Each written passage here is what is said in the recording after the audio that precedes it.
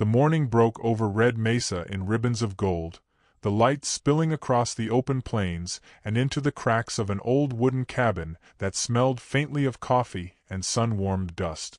Inside, a young woman of 20 named Ayanna Greyfeather moved carefully across the floor, her crutches making a soft wooden rhythm against the planks. Her long dark braid brushed her shoulder as she reached the stove. Bacon hissed in the pan, and she leaned forward, steadying herself on one crutch while she turned it with quiet precision.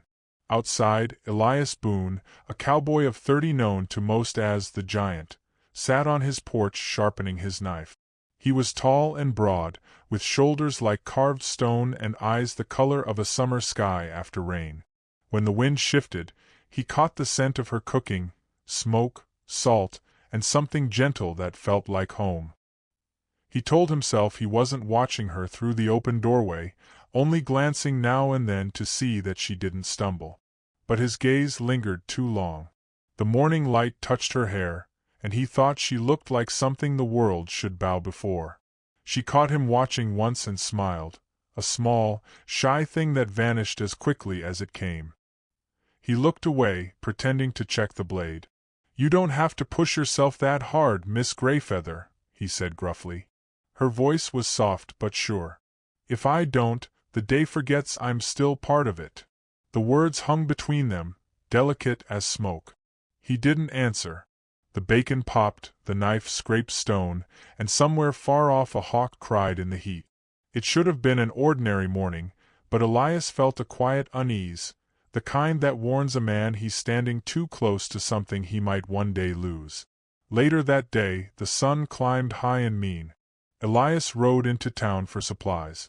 The air in the saloon was thick with laughter, tobacco, and men who needed an easy target. When he stepped inside, a few turned to greet him, others to measure him. Sheriff Tate, a heavy-set man with a cruel smile, waved him over. "Boone," Tate drawled, "heard you hired yourself a cook who can't even walk straight. You runnin' a house or a hospital?" The words cut sharper than they sounded, and the room erupted in laughter. Elias forced a smile, his jaw tight. "She does her work just fine."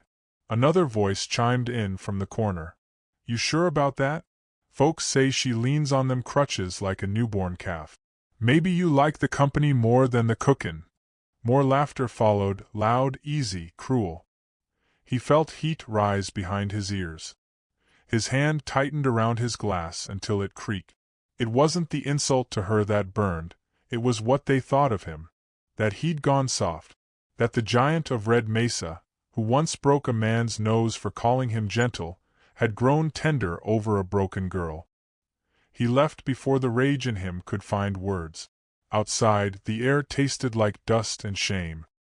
He mounted his horse and rode home, but the laughter followed him, echoing through his skull like spurs against stone. By sunset, the sky had turned orange and red, a slow bleeding wound across the horizon.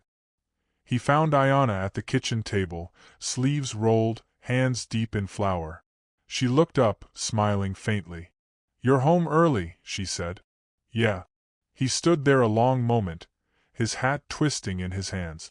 Something ugly swelled in him, a mix of anger, confusion, and fear of what those men's laughter meant. "You can stop with the dough," he muttered. "Pack your things." Her smile faded. "Did I do something wrong, Mr. Boone?" He stared at the floorboards. "No. I just don't need a disabled woman as a cook. That's all." The words felt foreign even as he spoke them, like another man's cruelty slipping through his mouth. For a heartbeat, neither moved.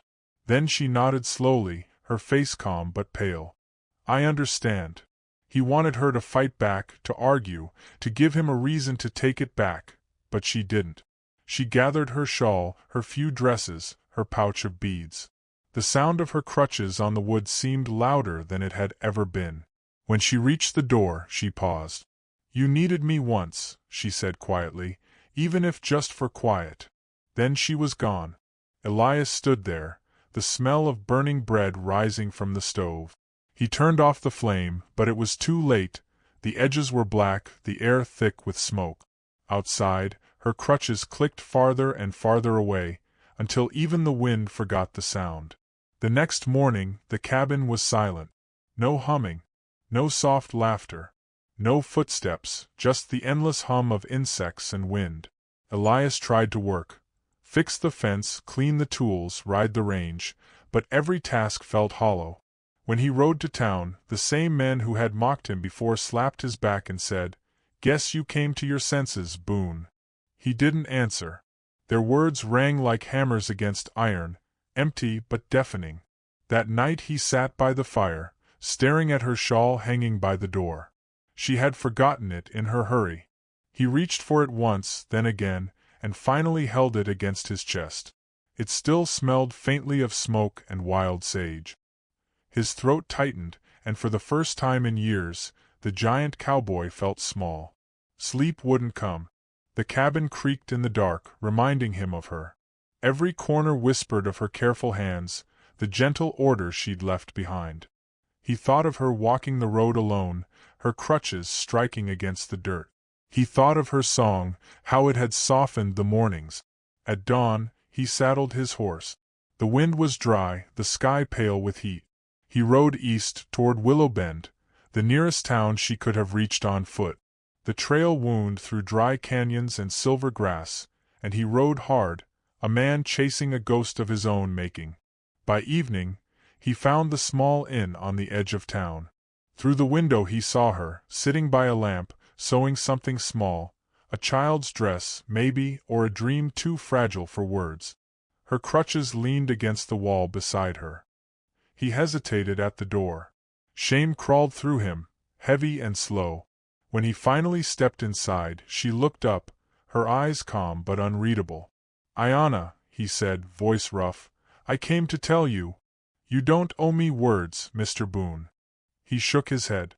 "I owe you everything. I thought I just got used to having you around. But when you left, I realized I'd built my life around the sound of your footstep. The world hasn't felt right since." Her hands trembled over the fabric. "Why now?" she whispered. He dropped his hat, stepped closer, kneeling until his face was level with hers. "Because I learned something the hard way. I didn't hire a cook. I found my heart. And then I sent it away." The lamp flickered between them, gold light trembling across her face. Tears welled in her eyes but didn't fall. He reached out, slowly, waiting for her to pull away. She didn't. "Come home," he said softly. "If you'll have me." For a long moment the room held its breath. Then she nodded. The journey back was quiet. The sky stretched wide, painted in long ribbons of red and violet.